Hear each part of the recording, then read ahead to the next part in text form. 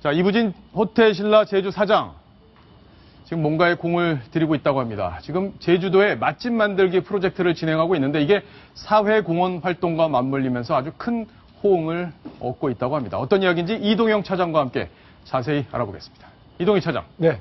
자, 10호점이 벌써 나왔다고요? 그렇습니다. 작년 2월 달부터 시작이 된 맛있는 제주 만들기라는 그 사회공헌 프로그램이 있습니다. 호텔 신라에서 유명 주방장들이 직접 그 영세하고 어렵게 운영이 되던 지역, 제주 지역의 식당을 찾아가서 업소 내부 리모델링도 해주는 것뿐만이 아니라 새로운 메뉴를 개발하고 조리 비법을 주인에게 한 달 동안 같이 가르쳐 가면서 한 달이나? 그렇습니다. 예. 그렇게 해서 새로운 메뉴를 개발을 하게 해서 지역 특색에 맞는 그런 전문 음식점으로 탈바꿈 시켜주고 그래서 지역 상권도 활성화가 되고 관광객에게도 좀 더 좋은 서비스를 제공하도록 하는 그런 프로그램을 벌써 10번째 오늘 천보식당이 문을 열었다고 합니다. 그렇군요. 천보식당, 이 그렇습니다. 오리 진흙구이가 유명한 곳인데, 그러니까 결국에는 신라호텔, 그 제주도에 있는 신라호텔에 그렇죠. 데리고 와서 요리 교육을 맞습니다. 시켜주고, 예. 또 리노베이션까지 해준다면서요. 그렇습니다. 예. 사실 그 영세한 그 식당들이 안고 있는 문제점들이 여러 가지가 있습니다만, 손님들이 들어왔을 때 시각적으로 편안한 자리, 그리고 편하게 볼 수 있는 메뉴, 그리고 주방의 깔끔함, 이런 것들이 필요로 하는데, 사실 영세하다 보니까 그런 부분까지 신경 쓰기 어렵게 되겠죠. 그러다 보니까 호텔 신라 측에서 이런 비용, 업소당 평균 3천에서 5천만 원가량 들어갔다고 하는데요. 이런 비용까지 지원하면서 맛있는 제주 만들기 프로그램들을 진행하고 있는 겁니다. 예. 자, 이 천보식당 10호점에 이제 큰 혜택을 보고 있는 그런 셈인데, 어쨌든 그렇죠. 제주도에 많은 맛집들이 생겨나면 또 손님들이 많이 가고, 그 제주도 전체가 발전하는 계기가 될 텐데, 호텔 신라에서 아주 좋은 일을 하고 있다, 이런 생각이 들기도 합니다. 자, 일단 천보식당에서 어떤 상황인지, 장사는 잘 되는지, 바뀐 다음에 어떤 변화가 있는지 저희가 직접 전화를 걸어서 물어봤습니다. 어머님이 한 20여 년 장사를 계속 하셨어요. 그때 어머님이 열심히 하시는 거 주변에서 보시면서 주변 상권에 계신 분들이 추천해 주셨더라고요. 네, 많이 오셨어요. 지금 점심 때 재료가 다 떨어져가지고 지금 저녁 준비를 못하고 있어요. 어떤 날은 뭐 계시 못하는 날도 있고 하루 평균 한 10만 원 선?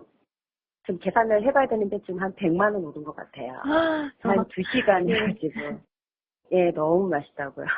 저희 셰프님들이 메뉴 개발하기 위해 가지고 진짜 휴무도 반납하시고요. 30번 넘게 한 가지 요리를 계속 반복해보면서 연구해가지고 이제 개발해 주셨거든요. 너무 감사하죠. 예, 이렇게 도와주시니까 이제는 좀 열심히 해가지고 열심히 해야 될 것 같아요. 이동희 차장. 네. 이 식당 입장에서는 진짜 큰 혜택을 보는 그런 상황이고, 그렇죠. 다시 한번 열심히 해보자, 이런 아주 재기의 발판이 될 것 같다는 생각이 드는데, 이부진 사장이 왜 이렇게 이 제주도 맛집 살리기 프로젝트에 관심을 갖는 건가요? 가장 큰 이유는 앞서서 잠깐 설명을 드린 것처럼 이 사회공헌 차원입니다. 제주도가 관광으로 이름을 얻고는 있습니다만 그 안에서도 영세한 상인들은, 영세 식당 하시는 분들은 사실 그렇게 큰 혜택을 보지 못하고 오히려 갈수록 퇴화되는 그런 모습들을 보여온 게 제주 지역사회의 큰 문제로 지금 떠오르고 있었거든요. 제주도에서 호텔을 운영하고 있는 호텔신라 이부진 사장이 이 점에 착안해서 원희룡 제주지사를 만나서 이런 프로그램들을 진행하겠다라고 의사를 밝혔고, 지역 프로그램, 지역 방송 프로그램에서, 방송국에서도 이렇게 변신해 가는 과정을 소개할 만큼 지역에서는 이게 그동안 이거 정말 우리가 꼭 풀어야 될 문제였다, 지역의 어떤 문제였다라고 인식을 해왔다, 이런 점들이 부각이 됐기 때문에 이부진 사장이 직접 챙기고 있는 것으로 알려지고 있습니다. 예. 자, 윤정혜 기자. 이번에 제주도로 휴가를 갔다 온 걸로 알고 있는데, 혹시 이 10개 중에 식당 어디 한 군데 안 다녀오셨습니까? 제주도에서 혹시 관심이 얼마나 있는지, 가서 느껴보신 거 있는지 궁금하네요.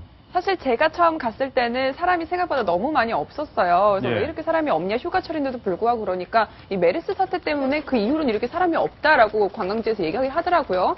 근데 저는 사실 저기 나온 리스트에 있는 식당들을 가보진 않았는데, 만약에 저런 게 사람들한테 더 많이 알려진다면 이 메르스 사태 이후에 침체됐던 그 지역 경제도 훨씬 더 활성화되지 않을까, 저는 긍정적으로 보고 있습니다. 예. 다음에 가게 된다면 저도 찾아가 봐야겠네요. 예, 이동희 차장도 한번 가볼 것 같은 표정을 지금 지으면서 고개를 끄덕였는데, 지금 보니까요, 저 메뉴들, 지금 1호점부터 10호점까지 쭉 보시면 두 가지 특징을 찾아내실 수 있을 겁니다.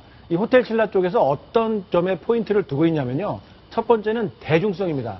누구나 쉽게 찾을 수 있는 그런 메뉴여야 손님들을 끌어들일 수가 있지 않겠습니까? 예. 그러면서도 두 번째, 남들과 다른 차별화 전략이 숨어 있습니다.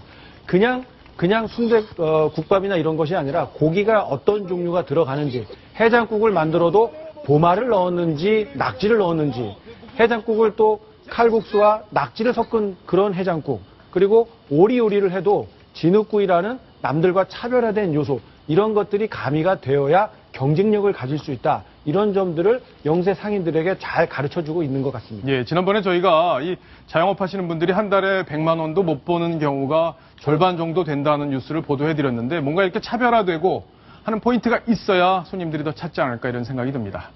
자, 지난 6월에 개장을 했던 이 8호점입니다. 이 8호점에 이부진 사장이 직접 들렸었다고 하는데, 이 사장님 당시에 울기까지 했다고 합니다. 그 목소리도 한번 들어보시겠습니다. 매출이 하여튼 일주일에 한 5일은 그냥 10,000원, 20,000원 이런 선으로 문 열고 닫았다 그렇게 했었어요. 그때는 사람들도 진짜 어떤 때는 밖에서 기다릴 정도로 매출이 처음 생각하면 우리 10배죠. 너무 깜짝 놀랐고 세상에 그때 눈물이 날 것 같은데 많이 울었어요. 그때 생각났는데 진짜 구세주가 오신 것 같았어요. 저는 너무 감사하고 내가 우는데 또 사장님도 막 눈물 뚝뚝 흘렸어요. 잘 될 거라고 하면서 손도 잡아주시고 안아주시기도 하고 그랬어요. 진짜 공주가 나타날 것 같다고 그거 생각하면 눈물이 나요.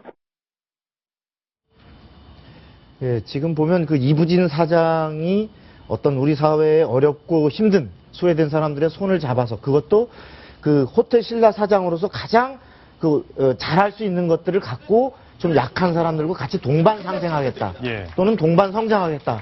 이런 모습을 보여주는 건 굉장히 아주 효과적인 하나의 요즘은 저런 걸 사회공헌 활동이라 가지고 CSR 해가지고 사실 대기업들이 어떤 국민으로부터 따가운 이미지를 벗어나기 위해서 어떤 조직까지 만들어서 담당 임원까지 배치한 경우가 많거든요. 예. 근데 그 어떤 조직 활동보다도 바로 CEO 본인이 바로 저렇게 직접 전면에 나서서 하는 것이 가장 효과적인 사회공헌 활동이라고 보고, 저런 것이 앞으로 여러 기업으로도 구조적으로 확대돼서 사회가 같이 동반 상생하는 이런 어떤 하나의 모범적인 케이스로 확산되었으면 좋겠습니다. 예. 요즘에 롯데 때문에 아주 재벌가 그렇습니다. 정치권에서 따가운 또 눈총을 받고 있는 그런 상황인데, 또 조현아 예. 대한항공 부사장도 그렇고. 맞습니다. 네. 재벌이 참 국가 경제를 위해서 그동안 일을 많이 해온 것도 있고 또 어두운 면도 있지만, 이런 일들을 통해서 이렇게 어려운 우리 이웃들을 돕는 일들을 통해서 이렇게 국민들과 함께하는 그런 기업들로 거듭나는 그런 과정이 정말 절실히 필요하다 이런 생각이 드는 그런 소식이었습니다. 자, 이제 다음 소식으로 갑니다. 다음 소식 바로 이겁니다.